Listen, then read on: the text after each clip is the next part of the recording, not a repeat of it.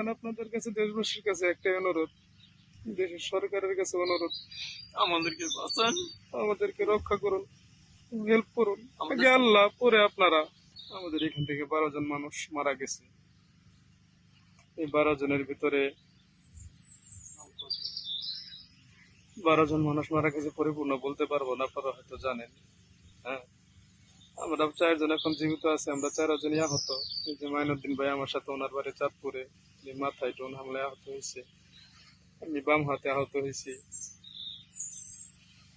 এখন আপনাদের কাছে দেশবাসীর কাছে একটাই অনুরোধ, দেশের সরকারের কাছে অনুরোধ, আমাদেরকে বাঁচান, আমাদেরকে রক্ষা করুন, হেল্প করুন। আমাদের আগে আল্লাহ, পরে আপনারা। আমাদের 4 জনের 2 জনে এখন হাসপাতালে।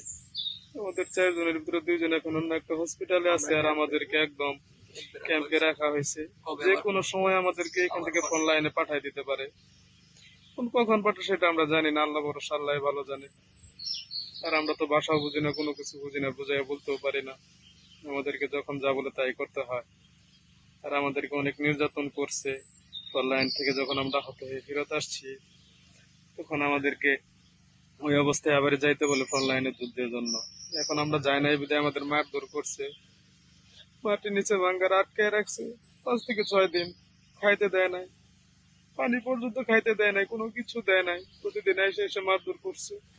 আপনাদের কাছে একটা অনুরোধ, দেশের প্রধানমন্ত্রীর কাছে অনুরোধ, আমাদেরকে বাঁচান, চেষ্টা করেন। আমাদের সবাইকে রক্ষা করতে হেল্প করেন। দেশবাসীর কাছে একটাই অনুরোধ।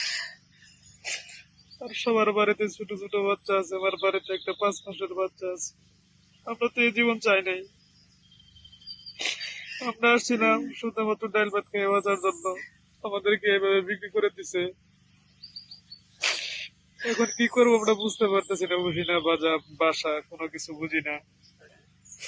আমাদেরকে রক্ষা করুন প্লিজ, আমাদেরকে রক্ষা করতে হেল্প করুন। আপনাদের কাছে একটাই অনুরোধ, সকল স্তরের জনগণের কাছে একটাই অনুরোধ, আপনারা আমাদেরকে রক্ষা করতে হেল্প করুন। আমরা চাই দেশে যাই মরতে, আমরা মুসলিম। আমরা চাই আমাদের মৃত্যুর পর যেন জানাজা হয়, এইভাবে শিয়াল কুকুরের মতো আমরা মরতে চাই না। প্লিজ আমাদেরকে রক্ষা করতে হেল্প করুন। আপনাদের কাছে একটাই আহ্বান। আর আমরা ফোন চালাচ্ছি এখানে, লুকায় লুকায় একটা ফোন কিনছি হসপিটালে নেওয়ার পর।